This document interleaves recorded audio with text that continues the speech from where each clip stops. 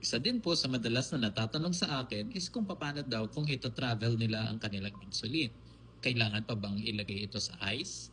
Now, ang answer po dyan is depende kung anong klase ng insulin na ginagamit ninyo. Most ng mga modern insulins, yung mga analogs na tinatawag natin, yung mga pen type, no, hindi naman kailangan siyang ilagay sa ice. Basta, wag lang po siyang i-expose to direct sunlight, then pwede na po siyang i-travel. Pwede siyang ilagay sa bulsa or sa bag. No? Mas safer kung sa bag, of course, lalo na kung mainit ang panahon. Now, kung nasa bahay lang naman, pwede namang ilagay sa refrigerator basta dun lang sa may vegetable area or sa may chiller para hindi lang masyadong lumamig or mag-ice yung insulin ninyo.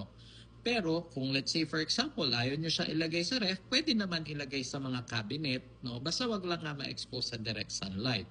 Pero kung may ref naman kayo, sa ref na lang kasi tumatagal din ang shelf life or half-life niya kung naka-preserve siya ng maayos sa refrigerator.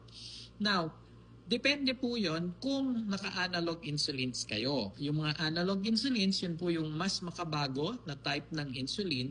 Pero kung yung mga sinaunang insulin pa ang gamit ninyo, which is still ginagamit pa naman ng mga doctors ngayon, yung mga human insulin, then pag human insulin po, kailangan po talaga naka-ice yan. Dapat may ice kapag ka ita-travel, tapos dapat po nakalagay din siya sa refrigerator kapag ka nasa bahay, ilalabas lang kapag gagamitin na siya.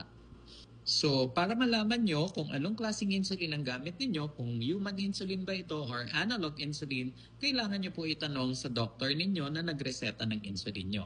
Alam naman po nila ito para mabigyan nila kayo ng proper instruction kung sakali na kayo ay magta-travel, dala-dala ang inyong insulin.